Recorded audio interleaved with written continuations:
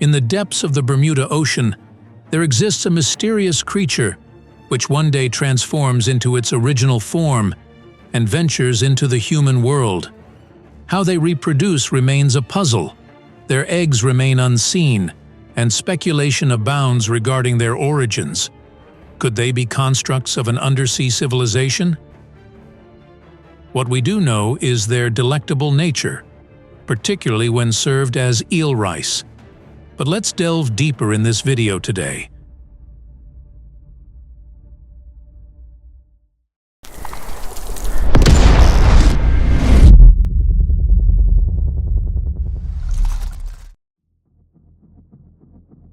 Legend has it that in Turin there was a shroud believed to be of Jesus, with traces of blood forming an image of his face.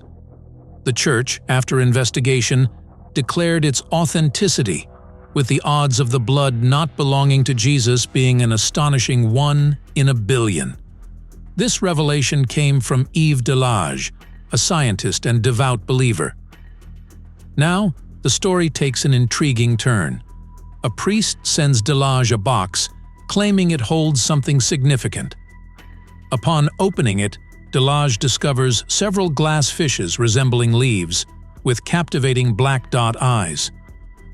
Curious, he begins caring for them diligently. Months pass, and the glass fishes undergo a transformation, elongating into shapes reminiscent of Coimbra fishes, renowned for their exquisite taste. So, he decided to taste one of the glass fishes. Lo and behold, it was indeed true. They originated from these peculiar specimens. He decided to write an essay about these strange creatures.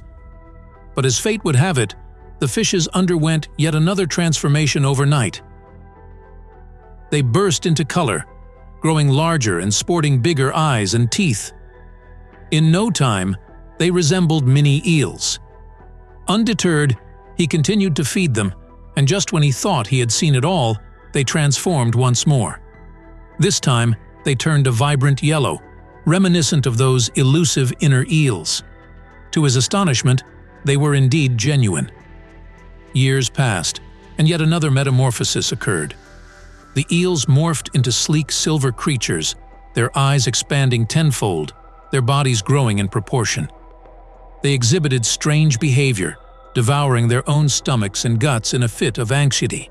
It became apparent that this was their final form, signaling their readiness to return to the sea to spawn. 7 years later, his essay finally saw the light of day. In it, he marveled at the various forms: leaf form, clarity form, mini form, yellow, silver, all eels, though initially mistaken for 3 distinct creatures. Coincidentally, that same year, an adventurous soul set foot in Bermuda, firmly believing it to be the birthplace of these enigmatic beings. This intrepid explorer was none other than Johannes Schmidt. He embarked on countless expeditions to Bermuda, but alas, returned empty-handed each time. It dawned on him that, unlike the eels, he could not plunge into the depths of the ocean. 17 years later, Schmidt published his own essay, humbly admitting his inability to locate any eggs or observe the eel's mysterious birthing process. Imagine, if you will, the mysterious world of Bermuda, where billions of eels are said to dwell.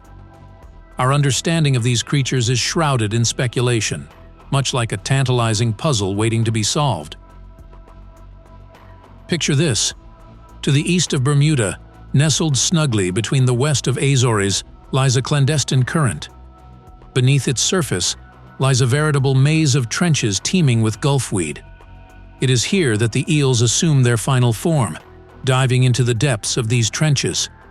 Somewhere in the abyss, between 5,000 to 7,000 meters deep, the male eels develop spermery, releasing sperm, while their female counterparts carry eggs, completing the cycle of life before succumbing to the depths. Now, here's where things get truly intriguing. These eggs, like precious secrets, find their sanctuary in unknown realms, akin to a hidden laboratory. Each egg embarks on a solitary journey, for no human eye has ever beheld the sight of an eel egg. After a period of incubation, they metamorphose into leaf-like fishes, measuring a mere 3 mm in length before daring to venture into the human world. Following the currents, some eels embark on transatlantic journeys to America, while others set their sights on Europe. Their diet consists mainly of sea snow, those microscopic creatures dwelling in the ocean's depths. It takes them 1 to 3 years to transition into the second form, known as clarity fishes, measuring 7 to 10 semitend in length. These clarity fishes are the very ones we find on our plates, caught by intrepid fishers and raised in ponds as the only means of eel conservation. As they make their way inland to rivers, they assume their third form, mini fishes adorned with vibrant colors and sharp teeth. Undeterred, they navigate rivers and continents, even venturing onto dry land for brief periods, surviving on whatever sustenance they can scrounge up until they find the next river. Even in the face of human-made obstacles like dams, they display remarkable adaptability, finding ingenious ways to traverse swamps and rivers. During this time, their voracious appetite kicks into high gear, propelling their rapid growth to lengths of 80 centimeters, eventually reaching an impressive 1 meter.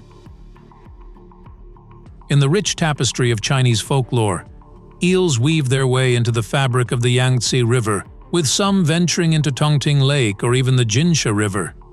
Each waterway holds its own tale of eel life, a testament to their remarkable adaptability and tenacity in the face of ever-changing landscapes.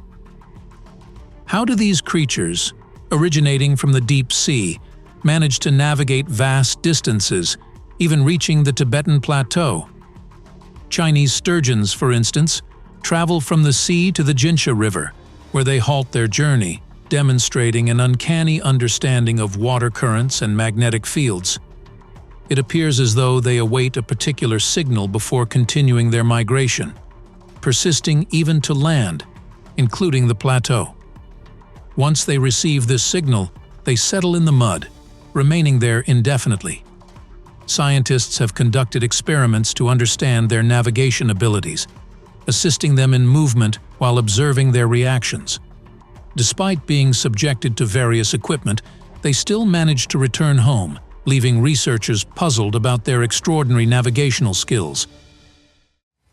The European eel, known for its mysterious life cycle and transformations, has puzzled scientists for years.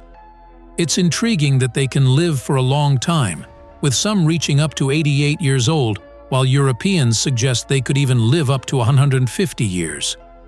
Their behavior, including sudden departures to deep waters and transformations into different forms, remains a puzzle. Initially, scientists believed their behavior depended on sexual maturity, but observations revealed that some are as young as 7 while others are as old as 30. As they return from their journey, they undergo significant changes, becoming larger and developing distinct features. Interestingly, they enter a stage where they stop eating and appear to be on a continuous journey. In one curious case, a scientist kept one in a tub, noticing it lived for 4 years without a stomach. This intriguing behavior raises questions about their true nature and capabilities. Once these elusive eels dive into the depths, they vanish from our sight, leaving us to wonder where they venture and how deep they plunge. Could they be journeying to some hidden civilization, beckoned by an unknown force? And then, just when you think they're lost forever, they reappear as those leaf-like fishes once more. These remarkable creatures inhabit various regions, from Bermuda to the rivers and lakes of Europe, earning them the title of European eels. In the vicinity of the Mariana Trench, near China and Japan, they take on a different guise as Japan eels, slightly smaller but equally esteemed. Legend has it that in ancient China, they were known as li, or white finless eels, renowned for their medicinal properties, believed to cure a myriad of skin ailments. In an intriguing tale from the Song dynasty, a village named Gua faced a dire situation when a woman fell ill with a lung ailment, causing panic and death among the villagers. Desperate for a cure, they resorted to sealing her in a coffin and casting her into the river, hoping the disease would be washed away. Miraculously, a fisherman discovered her alive and well near Golden Mountain, saved by the healing powers of the Eels. In gratitude, she wedded her rescuer. Though eels possess toxic properties, attacking human blood cells, their boiled flesh is deemed safe for consumption. In cases of minimal toxicity, they're even hailed as potent medicines, further adding to the mystique surrounding these enigmatic creatures. In 1876, a 20-year-old Freud, not yet a psychologist, embarked on a peculiar quest to uncover the mysteries of eel reproduction. For him, this journey held the key to unlocking the truths of both religion and science. After all, how could science explain the baffling evolution of these creatures or their peculiar method of reproduction?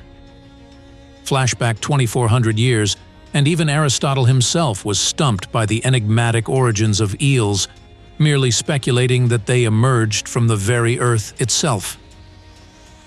Over the following 2 millennia, scientists grappled with various theories, from eels transforming from insects to larger fish, none of which could withstand the scrutiny of scientific inquiry. But wait, there's more. Some proposed that eels were formed from mud, echoing the beliefs of our ancestors. Confucius himself cautioned against consuming eels, asserting that they sprang forth from the void, unworthy of consumption by virtuous individuals. Even the ancient Shanghai Jing chimed in, claiming that consuming eels would ward off unsightly warts, a belief upheld for centuries. But when Freud delved into the spermary of eels, hoping for answers, he hit a dead end. How could science reconcile a creature seemingly emerging from nowhere? The mystery of the eel remained as elusive as ever, teasing the boundaries of human understanding. So, he made a solemn vow to unravel the mystery, determined to unveil the elusive truth. Yet, after dissecting 400 eels, his hopes were dashed. There was no sign of the coveted spermary. Years later, he attributed everything to sex, a revelation that sheds light on his fixation with the primal urge driving human existence. But let's shift our focus to Spanish and Portuguese delicacies, eel babies, a sumptuous treat so decadent that just one bite equals 100 eels. Astonishing lie. These eels were once fodder for cows and sheep, sustaining them for a staggering 60 years. However, in the year 2000, the eel baby population plummeted drastically, earning them a spot on the CR, critically endangered list, alongside pangolins and black rhinos. The once abundant European eels now teeter on the brink of extinction. Now let's turn our gaze to Japan eels. Cast your mind back 20 years. Remember the tantalizing aroma and taste of eel rice? Well, 30 years prior to that, sightings of white fineless eels from the Yangtze River were the stuff of legend. Fast forward to the present, and the eels we consume are sourced from the sea and reared in ponds. But beware, production took a nosedive in 2018, threatening the very existence of eel rice as we know it. These aquatic gems are now as precious as pandas, with sea eels like electric eels, blind eels, seven-cheeks eels, and eight-eyes eels taking center stage. Enter the Lee family of eels, Europe eels and Japan eels, both known as river eels. Then there are the ocean-dwelling eels, fearsome creatures that have never set foot on land. They're notorious for attacking divers, devouring sharks, and boasting a peculiar taste. And let's not forget the advertising hype surrounding star eels. Though touted as the finest delicacy, they're simply smaller sea eels. But wait, there's more. As we approach 2021, the true river eel is on the brink of vanishing. Yet hope still flickers in distant lands like Africa and Australia, where river eels may hail from mythical realms like Rulia and Lemuria. These regions serve as sanctuaries for these remarkable creatures, reminding us to cherish and protect them. As I bid you farewell, remember, perhaps one day, when our seas have replenished, Bermuda and Mariana will once again gift us with their bountiful eels. But for now, let's savor these tales and treasure the wonders of our underwater world. Thank you all for joining me on this whimsical journey.